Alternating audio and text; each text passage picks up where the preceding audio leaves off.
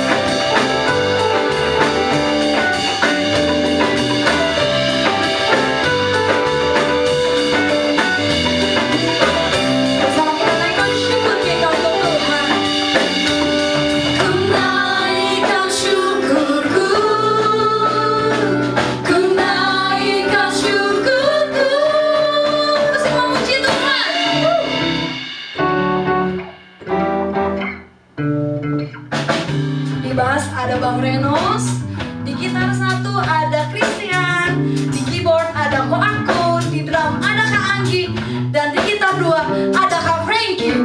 Haleluya, bersama katakan kita memuji, memuliakan nama Tuhan. Here we go. Ku tak akan berhenti memuji, meninggikan namamu selalu, menari, memuliakanmu, dibebaskan, dibangkitkan, hidup yang kau beri, dan kini hanya untukmu. Takkan berhenti memuji, meninggikan namamu selalu, menari, memuliakanmu, dibebaskan, dibangkitkan, hidup yang kau beri, dan kini hanya untukmu. Hidup yang kau beri, dan kini hanya untukmu. Haleluya, amin. Bapak Ibu, saudara-saudari yang Tuhan kasihi, saatnya kita masuk untuk mendengarkan firman Tuhan. Mari kita persiapkan hati dan pikiran kita untuk mendengarkan firman Tuhan yang ditaburkan pada hari ini. Firman Tuhan yang menguatkan kita, firman Tuhan yang memberikan pengharapan dalam kehidupan kita.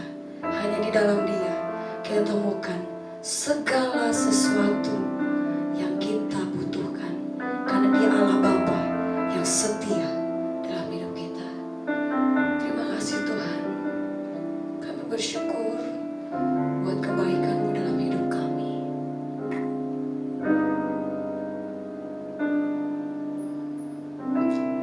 Kekuatan di hidupku,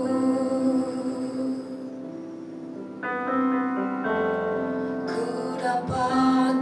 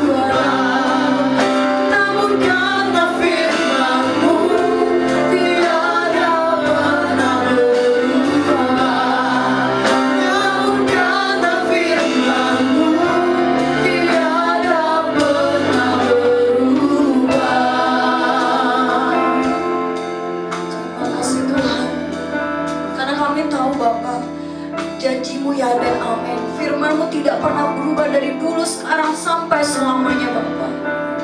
Kami percaya bukan karena kami melihat, tapi kami percaya bahwa Engkau Allah yang tidak pernah berubah. Engkau selalu tepati janji-Mu, bahwa Engkau Allah yang selalu sama. Terima kasih Bapa. Ini kami siap untuk mendengarkan firman-Mu. Mari sentuh hati kami, mari lawat hidup kami. Tubuh, jiwa, dan roh kami, pikiran kami tunduk pada otoritas dari ilahi. Firman Tuhan itu ditabur di tempat yang subur di dalam hati kami Bapa. Terima kasih Yesus. Kami bersyukur dan kami siap sambut firman Tuhan. Haleluya. Amin.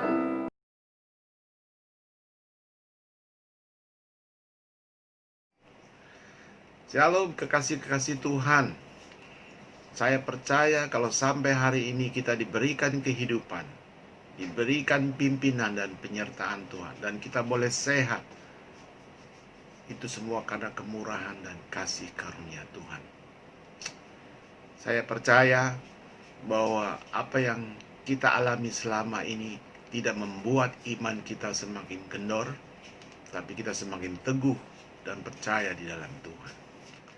Saudara-saudari yang dikasihi Tuhan, tidak terasa sekarang kita sudah berada di pertengahan bulan Juli. Apabila keadaan pandemik di atas bumi ini korbannya semakin terus bertambah, mungkin dalam 3 bulan ke depan terus bertambah, maka apakah mungkin kita bisa merayakan ibadah Natal secara bersama? Karena Natal sebentar lagi, lebih kurang 4 bulan lagi kita akan memasuki bulan Desember. Tetapi apapun keadaannya, kita harus tetap bersyukur bahwa Tuhan Yesus itu sangat baik dan firman-Nya ya dan amin.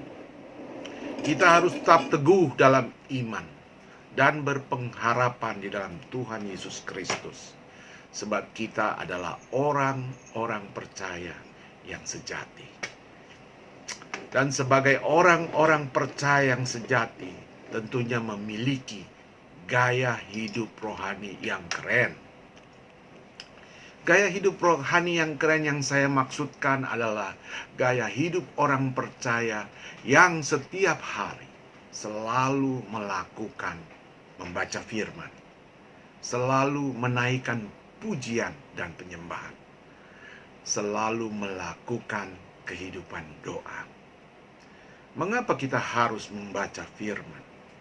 Karena firman Tuhan dapat menuntun langkah hidup kita dan membuat jalan hidup kita terang. Mazmur pasal 119 ayat 105 mengatakan, firman-Mu itu pelita bagi kakiku dan terang bagi jalanku. Membaca firman bukan hanya sekedar kejar target 1 tahun harus selesai, dari Kejadian sampai Wahyu. Tetapi membaca firman itu harus dapat direnungkan dan ditindaklanjuti di dalam kehidupan. Dengan demikian, kita akan menjadi orang yang berhasil dan beruntung. Jadi kalau kita merasa terpaksa membaca firman dan menganggapnya cuma sebagai suatu keharusan, maka hal ini akan merugikan diri kita dan menjadikan kita tidak berhasil. Saudara-saudari yang dikasihi dalam Tuhan, mengapa firman itu bisa membuat kita berhasil dan beruntung? Karena firman itu adalah Allah, dan segala sesuatu dijadikan oleh firman itu. Yohanes pasal 1 ayat 1. Jadi yang terpenting selain membaca firman, kita harus dapat merenungkannya, lalu melakukan firman itu di dalam kehidupan kita. Sekalipun kita membacanya itu hanya beberapa ayat saja, atau 1 perikop saja setiap hari, maka firman itu akan menjadi hidup di dalam jiwa kita. Kemudian menjadi rema ketika kita merenungkannya. Maka firman yang hidup itu dapat memimpin dan menuntun kita kepada keberhasilan dan keberuntungan. Saudara-saudari yang kasih dalam Tuhan, itulah sebabnya mengapa Yosua bisa berhasil menguasai tanah Kanaan. Karena ia merenungkan firman itu siang dan malam, dan membuat imannya semakin teguh dan percaya, sehingga ia berhasil masuk dan menguasai tanah Kanaan sebagai tanah pusaka bangsa Israel. Karena ada tertulis dalam Yosua pasal 1 ayat 8 yang mengatakan, janganlah engkau lupa memperkatakan kitab Taurat ini, tetapi renungkanlah itu siang dan malam, supaya engkau bertindak hati-hati dan dengan segala yang tertulis di dalamnya. Sebab dengan demikian perjalananmu akan berhasil dan engkau akan beruntung. Saudara-saudari yang dikasihi dalam Tuhan, mengapa harus ada pujian dan penyembahan? Karena pujian dan penyembahan akan mendatangkan hadirat Tuhan, dan Tuhan bersemayam di atas puji-pujian. Setiap hari kita harus memuji dan menyembah Tuhan. Kita tidak harus bisa bermain musik. Mungkin juga suara kita fals, atau kita lupa syairnya, tapi kita bisa bersenandung memuji Dia. Masa untuk bernyanyi haleluya 12 kali saja kita lupa? Dan ketika kita sakit atau sedang bermasalah, tertekan dan menderita, baru kita minta tolong dan baru kita memuji Tuhan. Seperti begini.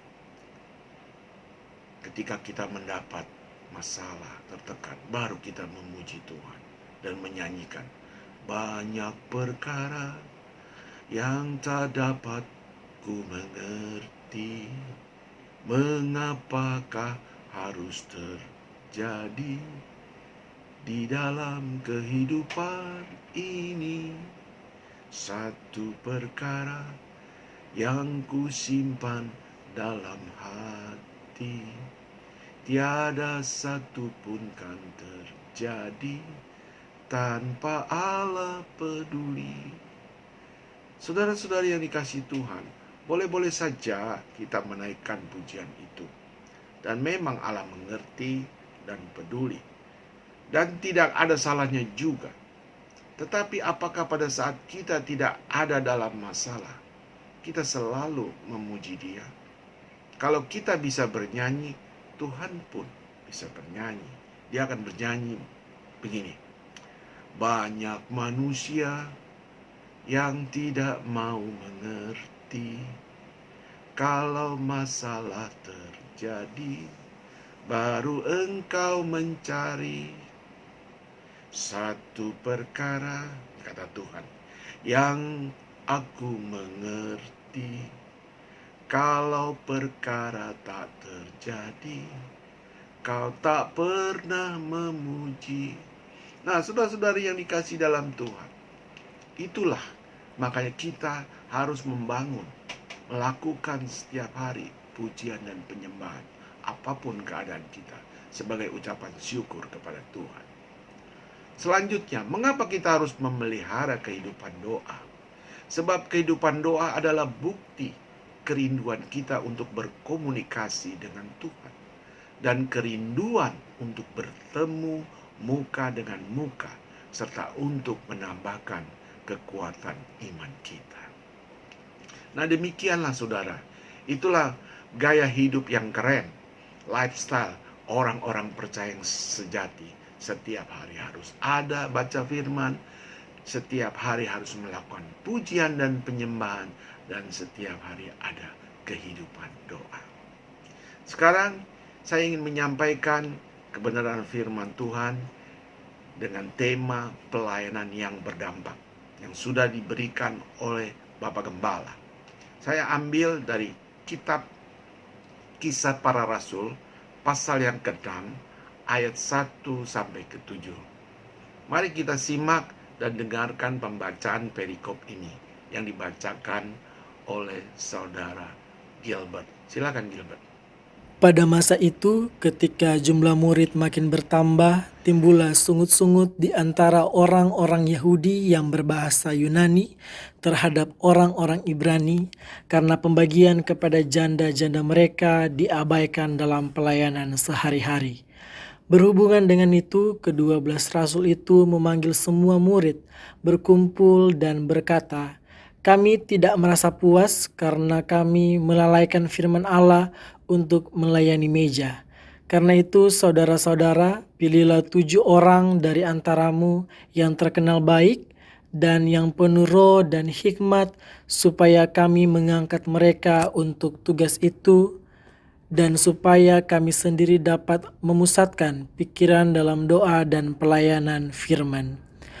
Usul itu diterima baik oleh seluruh jemaat, lalu mereka memilih Stefanus, seorang yang penuh iman dan Roh Kudus, dan Filipus, Prokorus, Nikanor, Timon, Parmenas, dan Nikolaus, seorang penganut agama Yahudi dari Antioquia. Mereka itu dihadapkan kepada rasul-rasul, lalu rasul-rasul itu pun berdoa dan meletakkan tangan di atas mereka.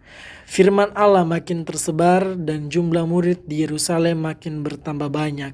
Juga sejumlah besar imam menyerahkan diri dan percaya. Terima kasih Gilbert.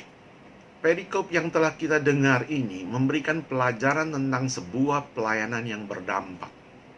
Yang mana dalam pelayanan itu timbul masalah di antara orang-orang Yahudi dan orang-orang Ibrani.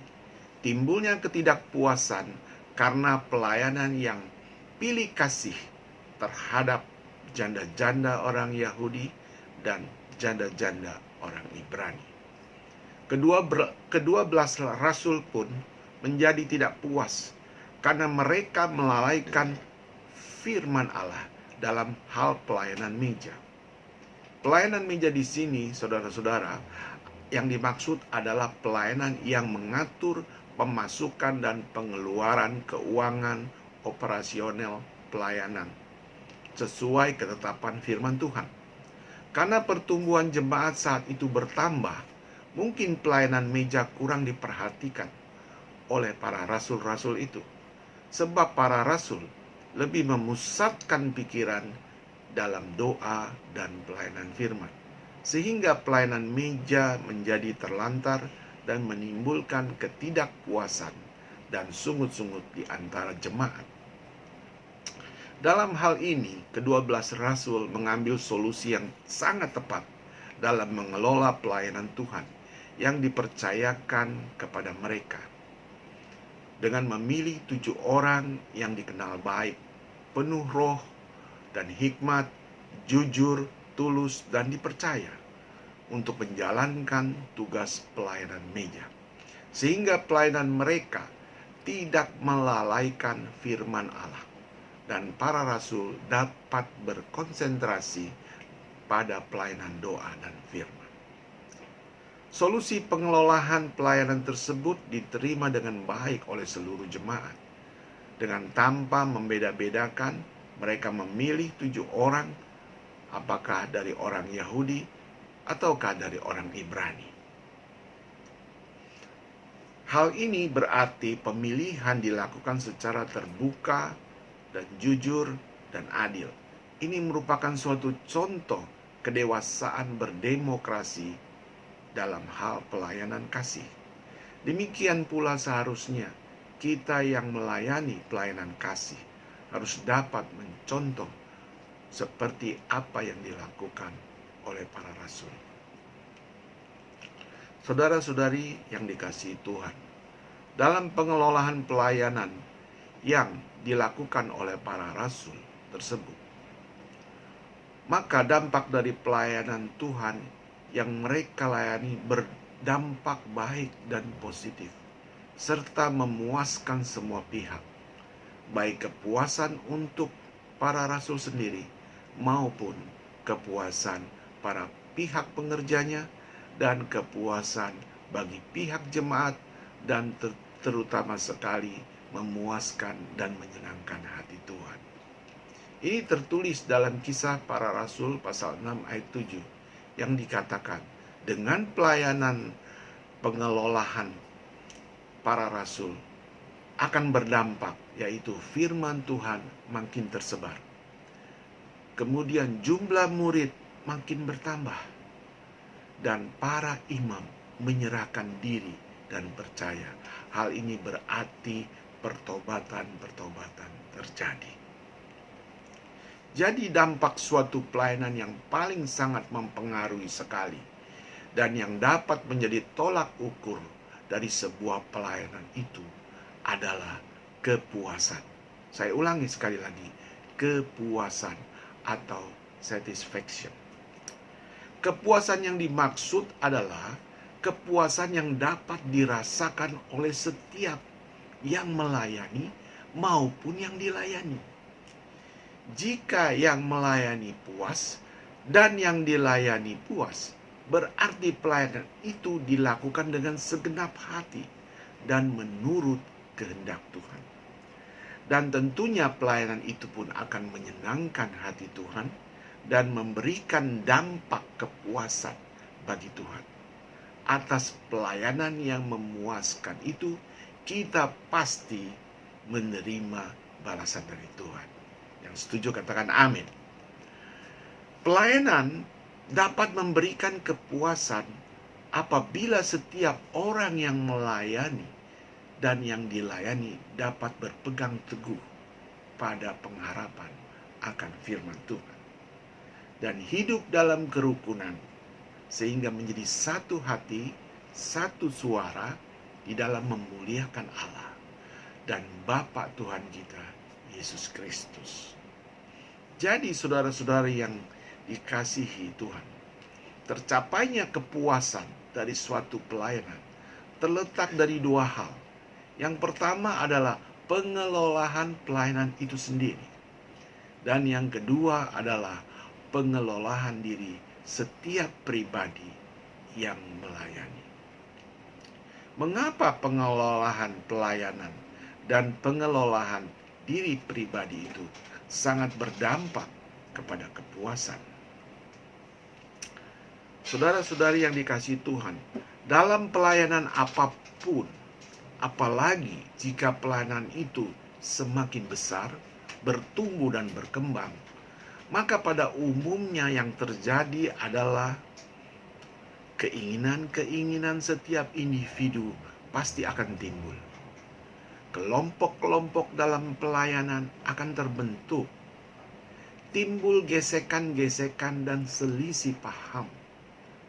Timbul ketidakcocokan dalam cara berpikir, cara berkata-kata, cara bersikap, cara bertindak, dan sebagainya. Timbul penilaian-penilaian negatif, dan pada akhirnya masing-masing individu lebih mengutamakan perasaan hatinya sendiri daripada mengutamakan perasaan hatinya Tuhan.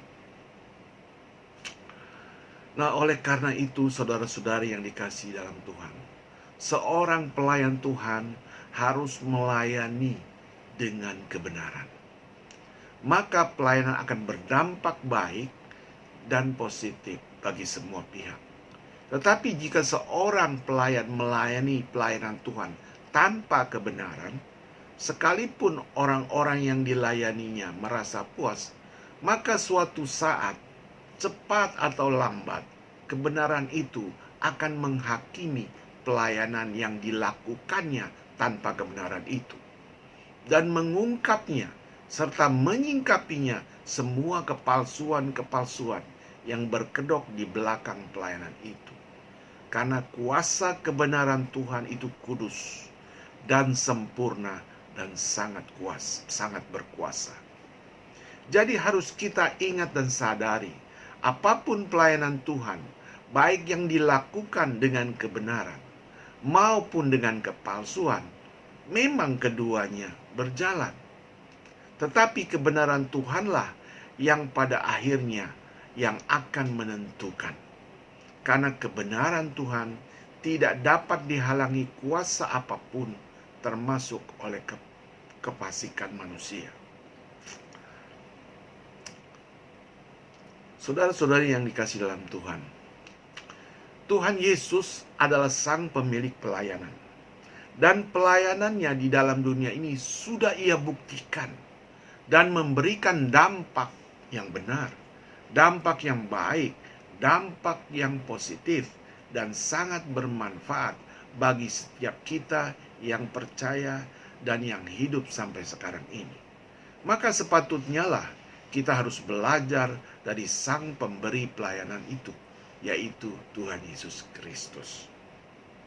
Dalam hal ini, dalam tema pelayanan yang berdampak, saya mengambil contoh, ada 3 hal teladan penting yang Tuhan Yesus bagikan dalam mengelola pelayanan yang berdampak. Saudara-saudari yang kasih dalam Tuhan, kita tahu bahwa setelah Yesus dibaptis dan sebelum ia memulai pelayanannya, Yesus dipimpin oleh Roh ke padang gurun untuk dicobai iblis. Dalam keadaan lapar dan haus, setelah 40 hari berpuasa di padang gurun, tentu seluruh tubuh Yesus sangat lemah dan terasa sakit. Ia pasti sangat menderita. Lalu iblis mencobanya dengan 3 hal. Yang pertama, dengan hal makanan, yaitu roti. Iblis berkata, ubahlah batu ini menjadi roti. Tetapi Yesus berbicara bahwa manusia tidak hidup dari roti saja, melainkan dari firman yang keluar dari mulut Allah. Ini berbicara ujian tentang kedagingan. Dan dalam hal ujian kedagingan ini, Yesus lulus. Yesus tahan uji. Hal yang kedua, iblis mencobanya dengan hal memanfaatkan firman yang tertulis. Pada suatu itu, Yesus dibawa ke bumbungan bait Allah. Lalu iblis mencobanya. Jatuhkanlah dirimu ke bawah. Maka ada firman tertulis, malaikat akan menantang engkau dengan kedua tangannya, dan kakimu tidak akan terantuk ke tanah. Tetapi Yesus menjawab, ada juga firman tertulis, janganlah engkau mencobai Tuhan Allahmu. Hal kedua ini berbicara tentang ujian keimanan. Yesus telah lulus dalam ujian keimanannya ini. Dia tidak memanfaatkan firman untuk mencobai Tuhan. Hal yang ketiga, iblis mencobai dalam hal kepemilikan dunia dan kekuasaan. Ketika itu Yesus dibawa ke atas gunung yang tinggi, diperlihatkanlah dunia dan kemewahannya. Lalu iblis berkata, kalau engkau sujud menyembah aku, semuanya ini aku berikan kepadamu. Tetapi apa kata Yesus? Enyahlah engkau, hanya kepada Tuhan Allah lah engkau harus menyembah. Ujian ketiga ini berbicara tentang penundukan diri dan kerendahan hati. Yesus menundukkan dirinya dan kerendahan hatinya untuk menyembah kepada Bapa di surga. Jadi saudara-saudari yang dikasihi dalam Tuhan, Yesus sendiri telah memberikan contoh bahwa sebelum memulai pelayanannya, ia mengalami suatu ujian yang sangat berat, terutama dalam hal kedagingan, keimanan, penundukan diri, dan kerendahan hati. Hal ini membuktikan bahwa Yesus tahan uji dan sabar dalam penderitaan dan kesesakan. Demikian juga kita sebagai seorang pelayan. Kita harus tahan uji terhadap kedagingan, keimanan, penundukan diri, dan kerendahan hati.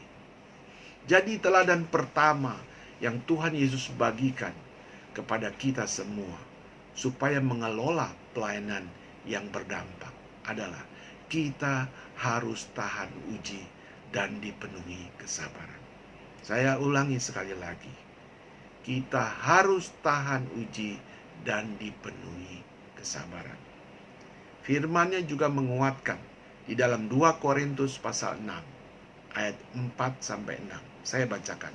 Sebaliknya, dalam segala hal kami menunjukkan bahwa kami adalah pelayan Allah, yaitu dalam menahan dengan penuh kesabaran dalam penderitaan, kesesakan, dan kesukaran, dalam menanggung dera, dalam penjara, dan kerusuhan, dalam berjerih payah, dalam berjaga-jaga dan berpuasa, dalam kemurnian hati, dalam Roh Kudus dan kasih yang tidak munafik. Haleluya.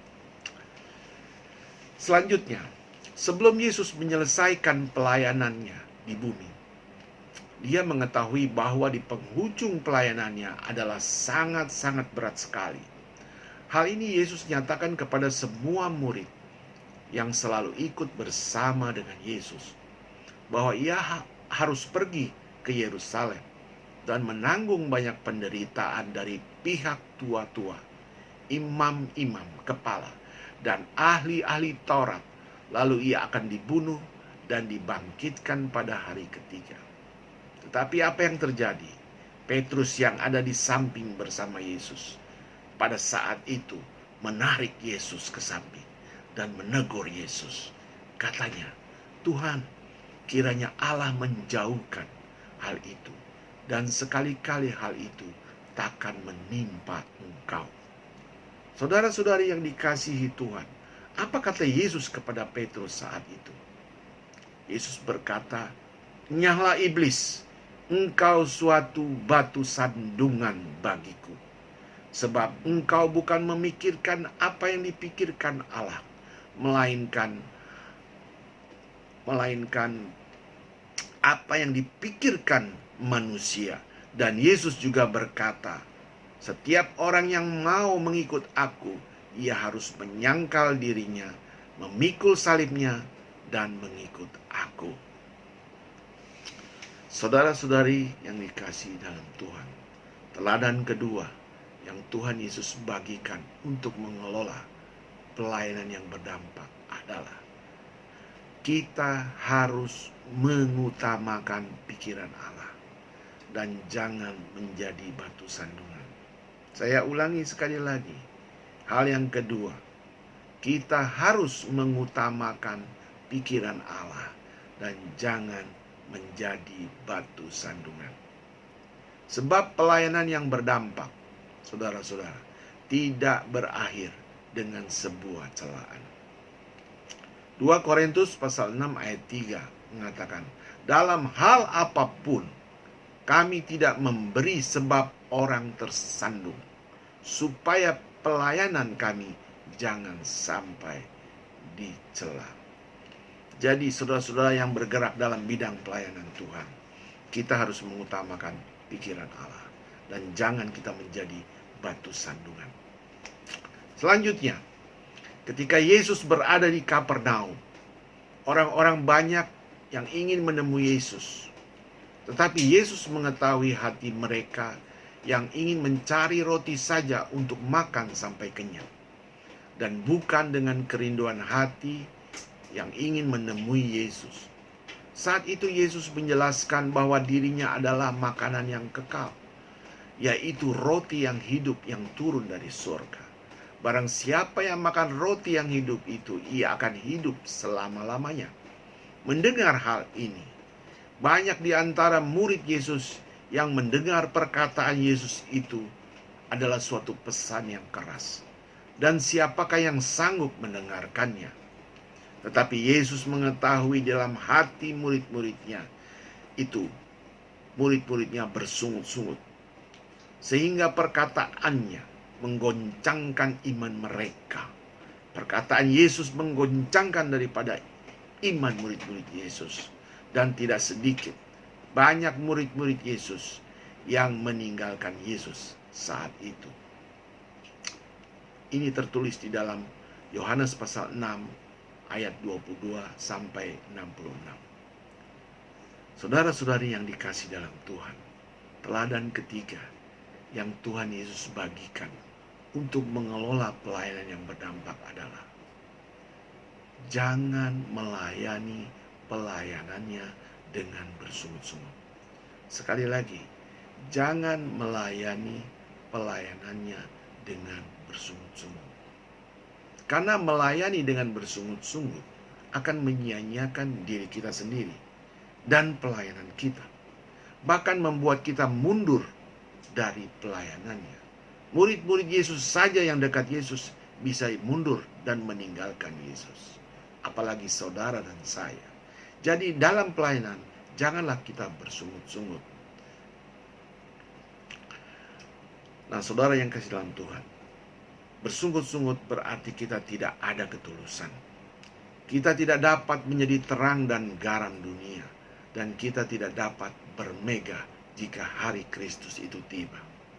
Filipi pasal 2 ayat 14-16. Saya bacakan.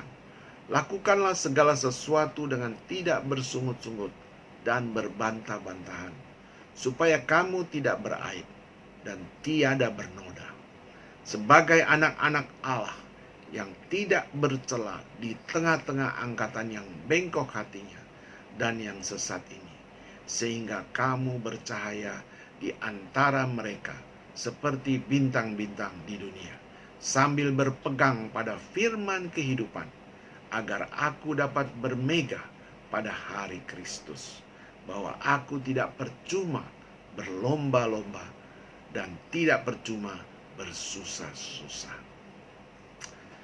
Saudara-saudari yang kasih dalam Tuhan, sebagai ayat penutup, saya bacakan 2 Timotius pasal 4 ayat 2 dan 5. Biarlah kita menjadi pelayan-pelayan yang berdampak yang positif, berdampak yang baik, yang bermanfaat bagi semua pihak. 2 Timotius pasal 4 ayat 2 dan 5. Beritakanlah firman, siap sedialah baik atau tidak baik waktunya. Nyatakanlah apa yang salah.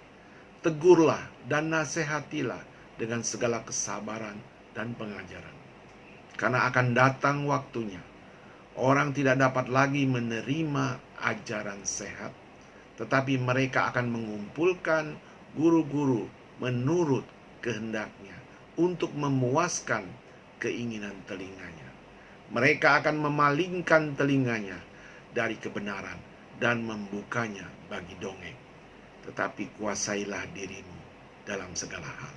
Sabarlah menderita. Lakukanlah pekerjaan pemberitaan Injil. Dan tunaikanlah tugas pelayananmu. Saudara-saudari yang dikasihi Tuhan, jadi berkat rohani dalam ibadah minggu ini dengan tema firman pelayanan yang berdampak adalah kepuasan adalah suatu tolak ukur yang sangat penting dalam sebuah pelayanan. Kepuasan yang dimaksud adalah kepuasan hati bagi setiap yang melayani dan yang dilayani, terutama kepuasan bagi Tuhan. Tercapainya kepuasan dalam suatu pelayanan terletak pada pengelolaan pelayanan itu dan pengelolaan diri setiap pribadi yang melayani. Pengelolaan diri dalam melayani agar pelayanan berdampak kepuasan, setiap pribadi yang melayani harus belajar dari teladan Yesus Kristus. 3 teladan Yesus Kristus yang harus kita contoh dalam pelayanan. Teladan yang pertama adalah kita harus tahan uji dan dipenuhi kesabaran. Teladan yang kedua adalah kita harus mengutamakan pikiran Allah dan jangan menjadi batu sandungan. Teladan yang ketiga adalah jangan melayani pelayanan Tuhan dengan bersungut-sungut. Demikianlah firman Tuhan. Semoga memberkati. Tetap beriman, tetap bersemangat, tetap jaga kesehatan jasmani dan rohani, tetap dipenuhi roh kebenaran itu, yaitu Roh Kudus. Tuhan Yesus memberkati. Shalom, terima kasih bagi hambanya Pak Frank Hilman yang telah sharing firman Tuhan tentang bagaimana pelayanan yang berdampak. Tadi hambanya telah mengupas kita sebagai pelayan Tuhan, kita sebagai umat Tuhan berperan sebagai saksi Tuhan. Ada satu peran yang dititipkan dalam kehidupan kita setiap orang percaya. Maka oleh sebab itu biarlah dalam peran itu kita boleh memiliki nilai dampak, ada impact, sehingga orang merasakan.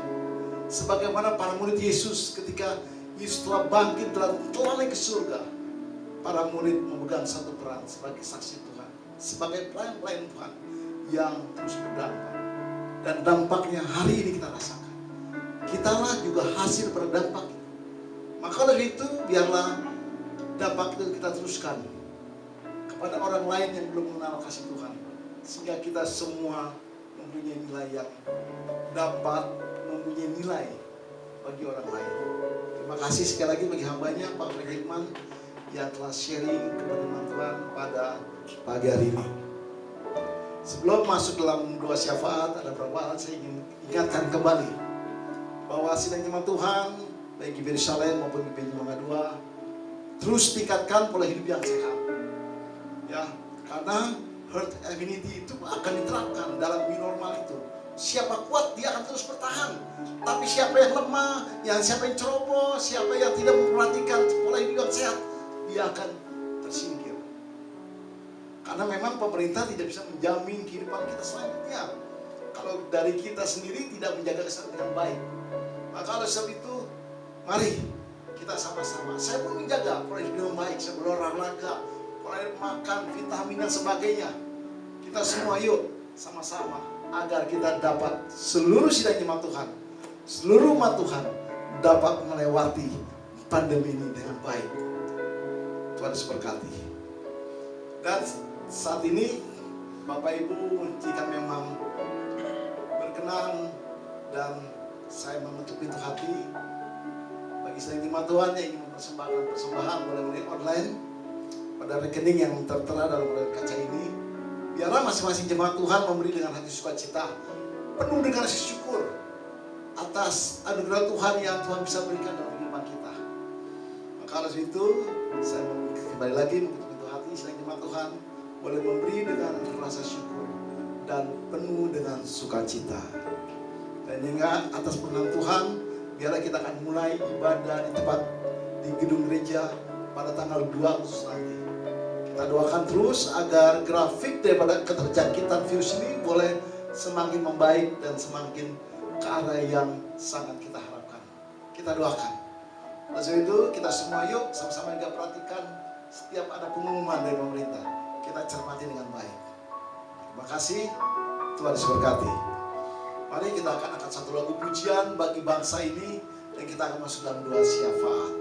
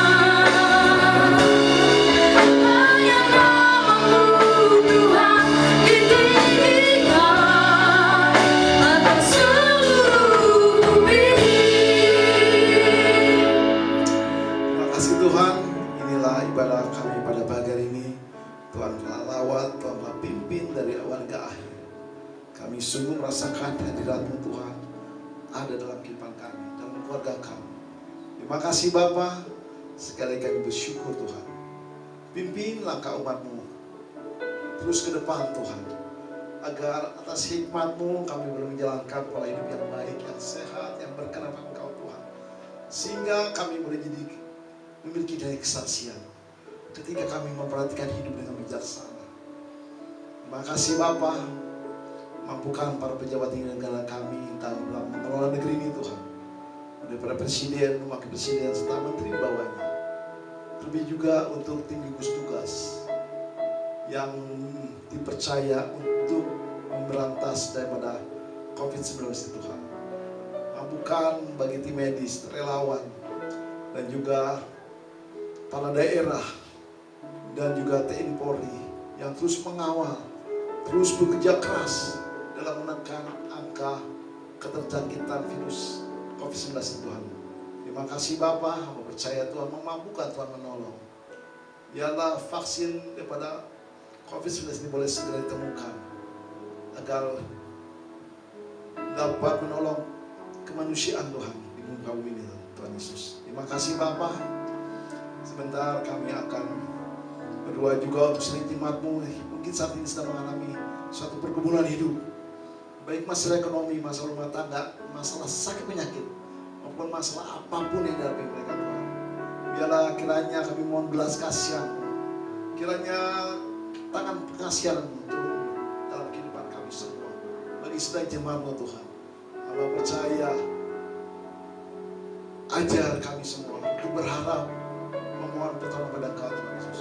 Terima kasih Bapa, terima kasih. Kami bersyukur dan kami saat ini umat-Mu siap menerima berkat-Mu Tuhan. Mari sidang jemaat Tuhan yang saya kasih, kita mengatakan arahkan hati dan pikiran kita kepada Kristus sebagai kepala gereja kita dan menjadi pusat kebenaran hidup kita.